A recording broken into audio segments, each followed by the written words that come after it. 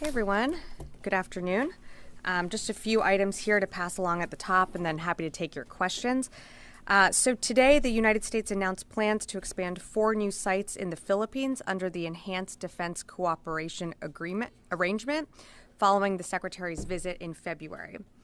Naval Base Camilo Osaigas in Santa Ana, Cagayan, Camp Melchor de la Cruz in Gamu, Isabela, Bolacba Island in Palawan, and Lalo Airport in Cagayan.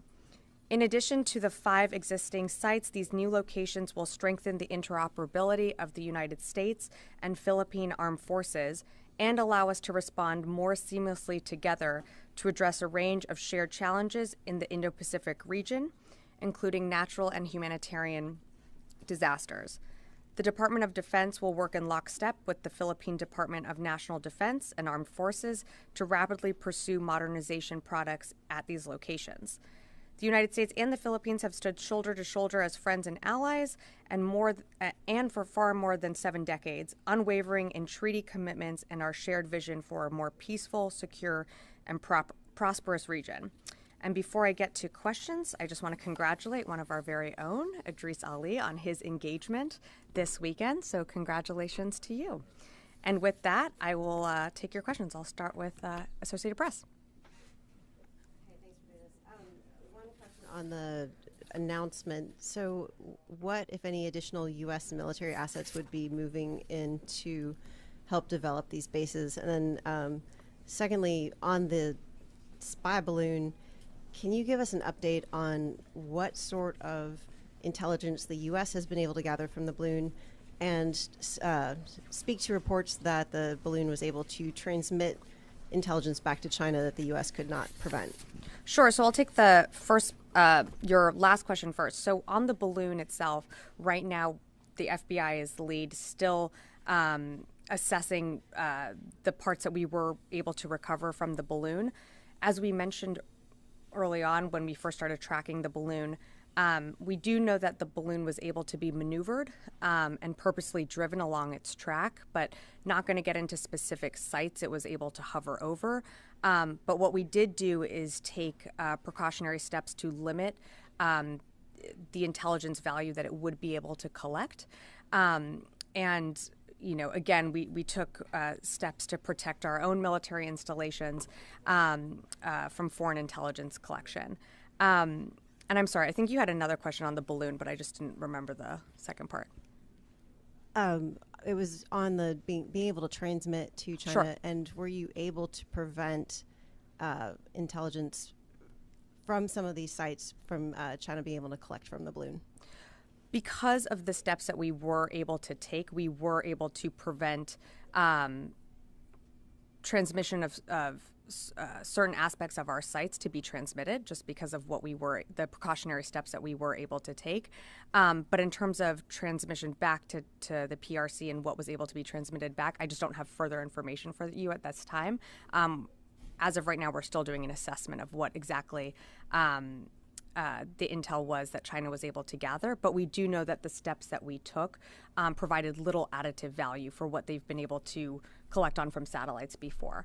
And then you had a question on the EDCA, and specifically what would your question was on just what. Sure. So this is going to be, we're not seeking permanent basing here, so you're going to see an increase of rotational forces in the region, but this is more about supporting combined training, being able to respond to natural disaster or humanitarian disasters in the region, but this is really about regional readiness. Yeah, nice to see you. Just another follow-up on the Philippines sites. Sure. Could you get into what these sites are and what capabilities would be using them? Are we talking about ports where warships and submarines would stop? Are we talking about airfields? What does it look like? Well, as I mentioned, one of them is an airport expansion, but some of these sites would include areas to further our training, which would, of course, include naval assets. But I think what's most important is that the expansion of EDCA just makes our training with the Philippines just more resilient. It is about creating regional readiness, but also being able to respond to any type of disaster or any type of humanitarian disaster that could arise in the region. If I could just follow up, regarding the Iran-backed militia attacks in Syria, I think last week we heard that there had been 6 diagnoses of TBI. Do you have an update on that, and has there been additional diagnoses? I don't have an update on additional diagnoses of TBI or their condition, but I'm happy to take that question and get back to you. Yeah, Jennifer. Sabrina, back to the spy balloon. Is there new analysis suggesting that the Chinese were able to collect in real time more intelligence from the spy balloon than you first realized? No, I think what we said at the very beginning was still holds true to today. As soon as we realized that they were collecting intelligence and hovering over our sensitive sites, we took measures and put into place measures that limited the additive value that the balloon could collect on. So did you know at the time that they were able to transmit back in real time to Beijing? Well, I wouldn't be able to say that they were able to transmit back to Beijing. We just don't have, I just don't have that type of information at this point. So you're saying that is not confirmed at this point? That is not confirmed at this point. And how confident are you that the mitigation measures that you took actually worked? Or is there new evidence suggesting that some intelligence was collected despite the mitigation efforts? Yeah, no, thanks for the question. So we are confident in the measures that we did put in place. I know I sound like a broken record. I don't mean to, but what we know is that the intent of this balloon was surveillance, and that the measures that we put in place did not had limited additive value for what they were able to collect over our sensitive sites. You mean that the mitigation efforts limited? Correct. I'm sorry. The mitigation efforts that we put into place had little additive value for the PRC. Okay. And is it true that you've learned that the spy balloon had the ability to self-destruct and did not self-destruct, and do you know why? I just wouldn't be able to say at this time. That's something that, as I mentioned earlier, the FBI is looking into at Quantico, and we are certainly in touch with them. We've offered resources to the FBI, but I just wouldn't be able to comment further at this time. Yeah, Janie. Thank you, Sabrina. I have 2 questions. Sure. It has been reported that nuclear production activities have been detected at the Yongbyon nuclear facility in North Korea. What is the Pentagon's analysis of these activities?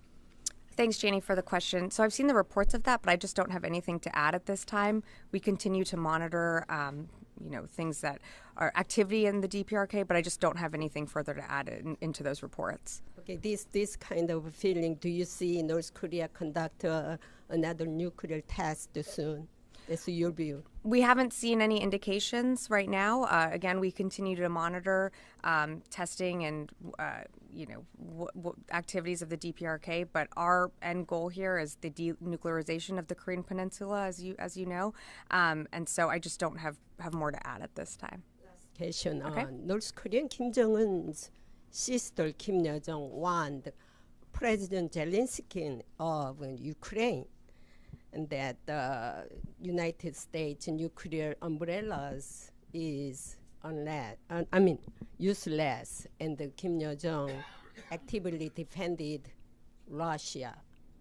How would you react? I just want to make sure I'm understanding. Can you repeat the question? Okay, North Korean Kim Jong-un's sister Kim Yo-jong warned President Zelensky of Ukraine that the U.S. nuclear umbrella is useless, and Kim Yo-jong actively defended Russia. How would you? I wouldn't really be able to respond to that. I think, as we've said before, we continue to monitor the activities of the DPRK, and we continue to assess, and work with our allies and partners in the region. Our goal and our allies' goal is the full denuclearization of the Korean Peninsula, and I'll just leave it at that. The umbrella is, in the South Korea, but the U.S. nuclear nuclear umbrella to the South Korea. But this meaning is that they regarding, Ukraine or North Korea or South Korea. They involved all those areas. Why they, underscored in United States nuclear. I wouldn't be able to speak to those comments of why they're underscoring the United States. We are a responsible nuclear power that will continue to act responsibly and would encourage others to do so. I'll go to Idris in the back. Just to double check, I'm understanding the balloon. Sure.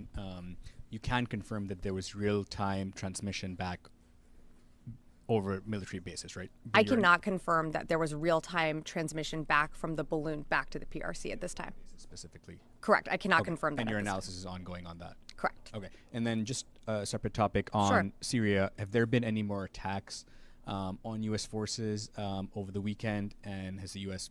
carried out any attacks against Iranian-backed forces as well? Against, I'm sorry? Iranian-backed forces in Syria. No, as far as I'm aware, there have been no updates or no attacks on U.S. forces over the weekend and no further strikes from U.S. forces on IRGC-backed groups.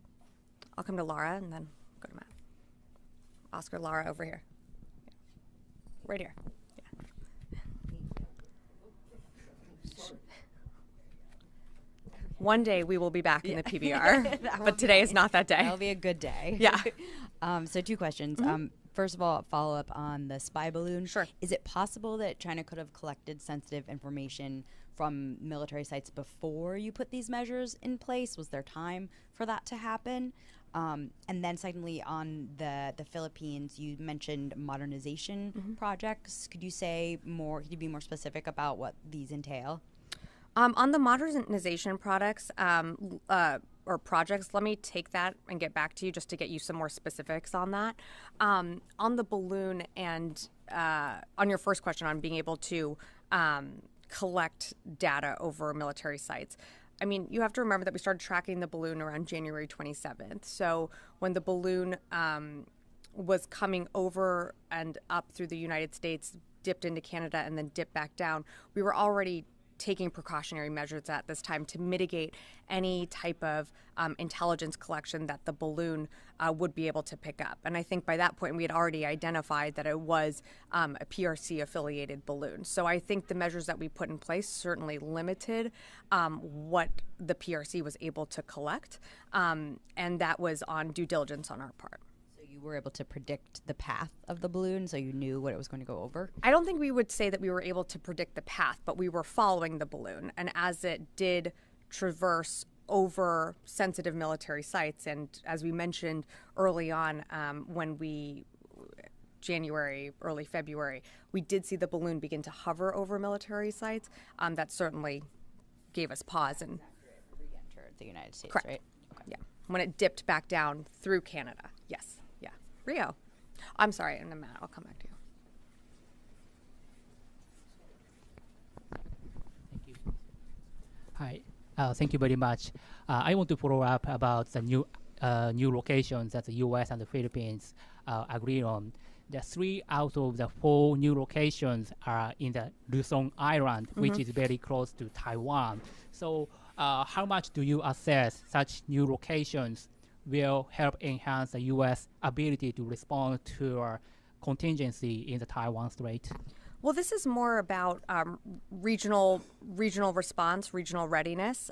This is an arrangement that we have with the Philippines that goes back many years and is an investment in our cooperation with the Philippines in order to better interoperability. But it's not just about the regions, also for our forces to be able to respond to any type of disasters, whether it be natural or humanitarian. So this is about, again, we do not seek permanent basing in the Philippines. And this is just one additional aspect that will increase training between our 2 countries. Great.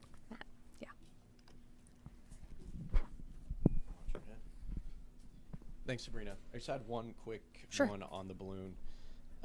When you talk about the mitigation efforts that the U.S. took, my understanding was that was mostly involving kind of limiting the information footprint, limiting the signals that the U.S. was using so as to not leave very much for that balloon to be able to intercept or to scoop up.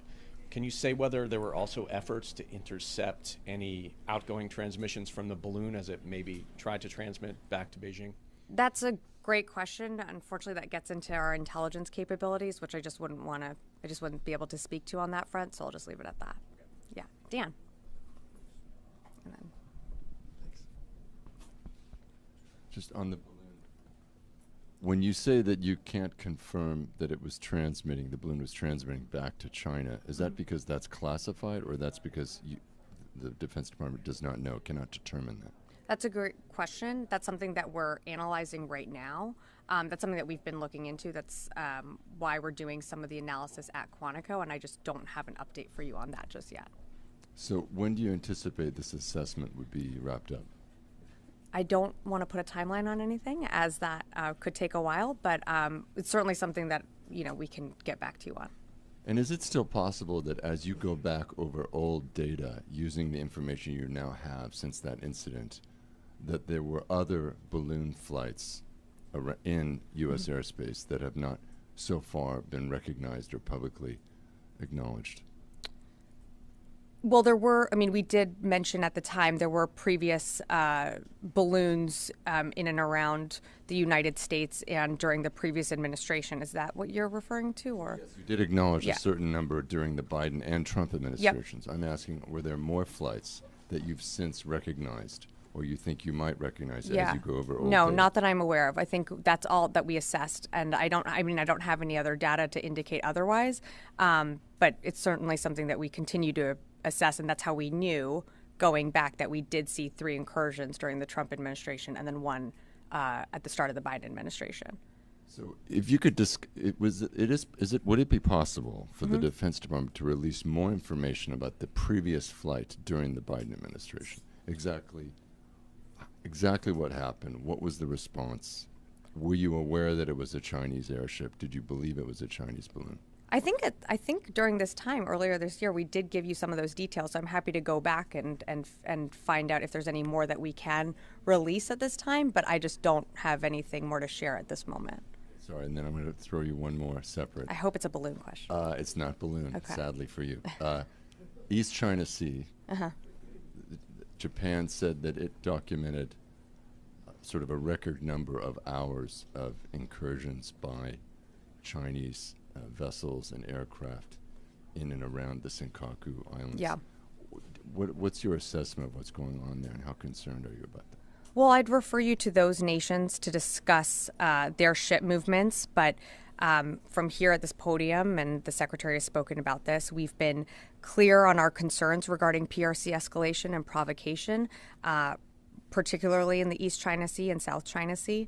And so we continue to cooperate and coordinate with Japan, but I would refer you to those nations to discuss their ship movements. Travis. I'm going to take another bite at the apple at the Philippine sites. Okay. I assume as part of any agreement the U.S. made with Manila that there was an understanding on how many U.S. troops would be rotated through. Can you give us an idea of how many troops you expect to be in the Philippines as part of these new sites? And second part of that is, can you give us an idea of when those new rotations may begin? In terms of how many, it will be rotational. I can get back to you on the exact number. And in terms of when, I'd also have to get back to you on when that's going to start. I just don't have that at the top of my fingers right now. Yeah, right here.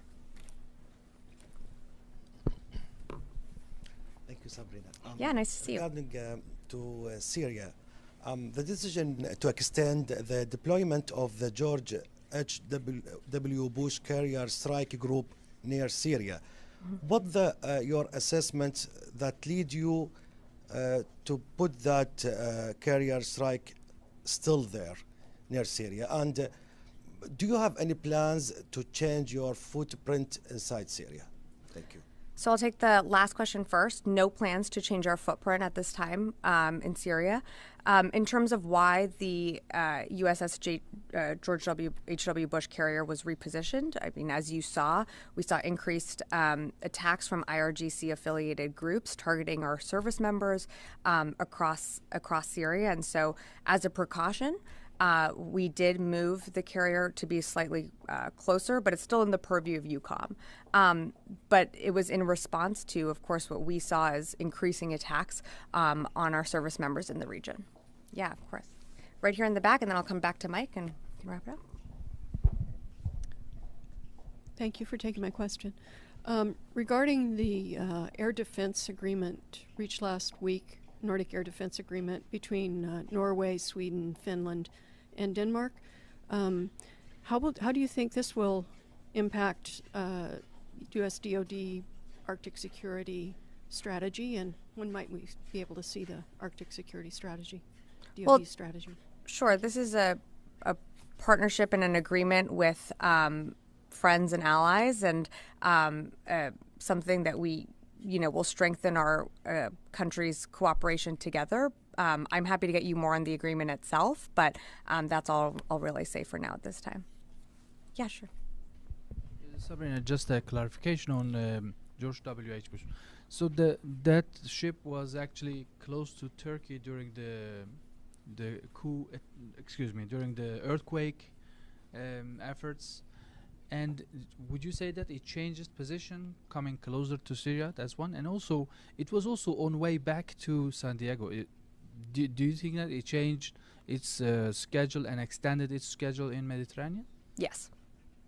Yes, it did change its schedule and reposition closer in order to be in a closer position to Syria.